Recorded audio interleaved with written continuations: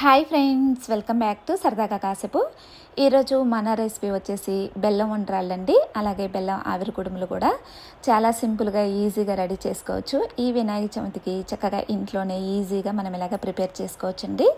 మొదటిసారి చేసుకునే వాళ్ళైనా సరే ఈ ప్రాసెస్లో చేయండి, పర్ఫెక్ట్గా వస్తాయి. ఇలాగ చేసుకుని మనం స్వామికి ప్రసాదంగా పెట్టేసేయచ్చు. ఒకటే పిండితోటి ఇలాగ మనం 3 రకాల ప్రసాదాలుగా చేసి స్వామికి నైవేద్యంగా పెట్టేసేయచ్చండి.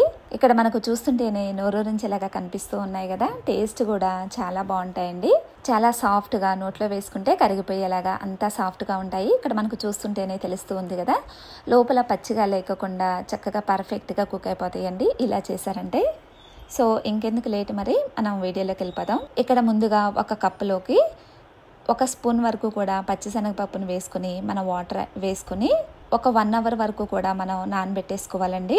ఈ శనగపప్పు మనకు నానటానికి టైం పట్టింది కదా, సో ఒక 1 అవర్ వరకు కూడా మనం నానబెట్టేసుకోవాలి.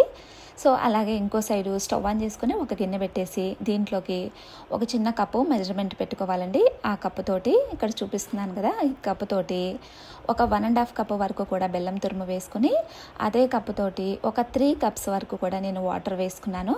వేసుకొని ఒకసారి మనం ఇలాగా కలిపేసుకొని చక్కగా ఈ బెల్లాన్ని మనం మంచిగా కరిగించుకుందాము. ఫ్లేమ్ని లో టు మీడియం ఫ్లేమ్లోకి అడ్జస్ట్ చేసుకుంటూ ఈ బెల్లాన్ని మనం కరిగించుకుందాము. ఇక్కడ మనకు చూస్తున్నారు కదా, చక్కగా బెల్లం కరిగిపోయిందండి. ఇలాగ బెల్లం కరిగిపోయిన తర్వాత మనం ఫిల్టర్ చేసుకుందాము. ఇలాగ మనం ఒక కళాయిలోకి ఫిల్టర్ చేసుకుందాము.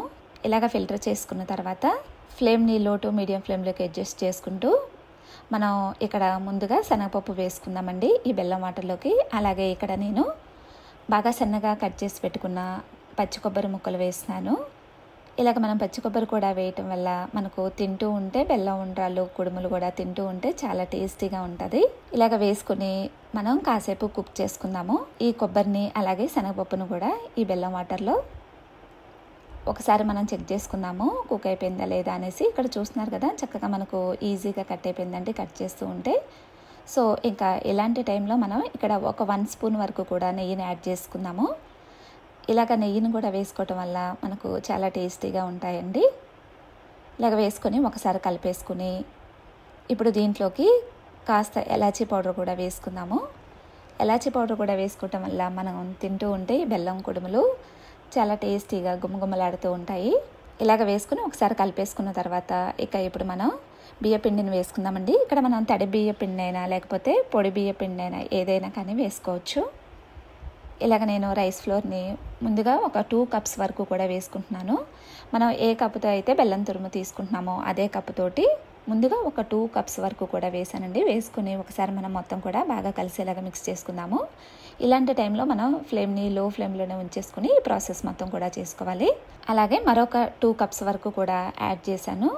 మొత్తం ఇక్కడ నాకు ఒక 4 కప్స్ వరకు కూడా ఈ బియ్య పిండి పట్టిందండి. ఇక్కడ మనకు 1.5 కప్పు బెల్లం తురుముకి ఇక్కడ నాకు 4 కప్స్ వరకు కూడా బియ్య పిండి పట్టిందండి.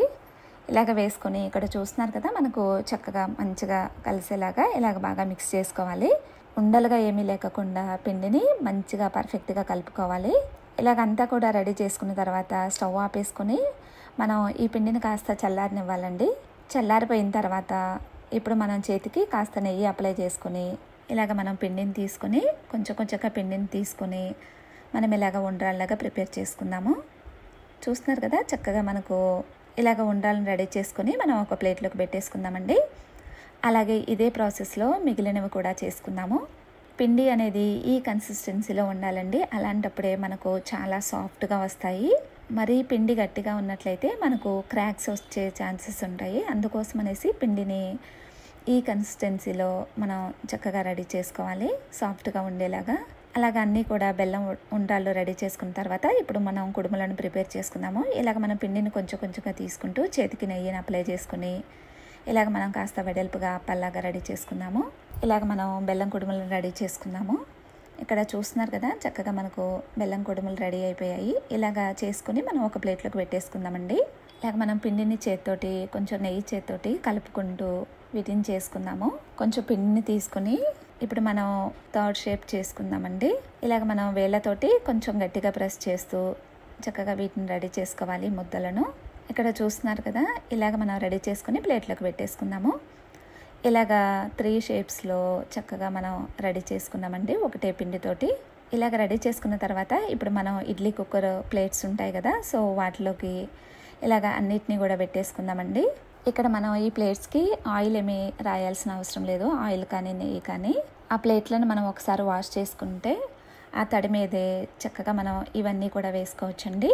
ఇలాగ అన్ని ప్లేట్స్లోకి వేసుకున్న తర్వాత ఇప్పుడు స్టవ్ ఆన్ చేసుకొని ఇడ్లీ కుక్కర్ పెట్టేసుకొని దాంట్లోకి 2 గ్లాసెస్ వరకు కూడా వాటర్ యాడ్ చేసుకొని ఇడ్లీ ప్లేట్లను పెట్టేసుకుందామండి. పెట్టేసుకొని మూత పెట్టేసుకొని ఫ్లేమ్ని లో ఫ్లేమ్లో పెట్టేసుకొని ఒక 10 మినిట్స్ వరకు కూడా మనం కుక్ చేసుకుందాము. చూస్తున్నారు కదా, మనకు చక్కగా కుక్ అయిపోయాయి. ఇప్పుడు స్టవ్ ఆపేసుకొని 1 బై 1గా ఈ ప్లేట్లను తీసుకుందామండి. అన్నీ కూడా మనకు పర్ఫెక్ట్గా కుక్ అయిపోయాయి. ఇక్కడ మనకు స్పూన్ తోటి కూడా పని లేదండి, చక్కగా చేతితోటే ఈజీగా వచ్చేస్తున్నాయి. ఎక్కడ ఏమీ అంటుకోకుండా చక్కగా ప్లేట్స్కి అంటుకోకుండా మనకు మంచిగా వచ్చేసాయి ఈ బెల్లం ఉండ్రాళ్ళు, అలాగే కుడుములు, అలాగే ముద్దలు కూడా.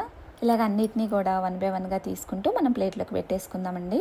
చూస్తుంటేనే మనకు తెలుస్తూ ఉంది కదా, చాలా సాఫ్ట్గా ఉన్నాయండి, అలాగే చాలా టేస్టీగా కూడా ఉంటాయి. ఇలా చేశారంటే తప్పకుండా మీరు కూడా ఇలాగ ట్రై చేయండి, అందరికీ కూడా నచ్చుతుంది. ఈ వినాయక చవితికి చక్కగా ఇంట్లోనే ఈజీగా ఇలాగ మనం ప్రసాదాన్ని రెడీ చేసుకుని స్వామికి నైవేద్యంగా పెట్టేసేయచ్చు.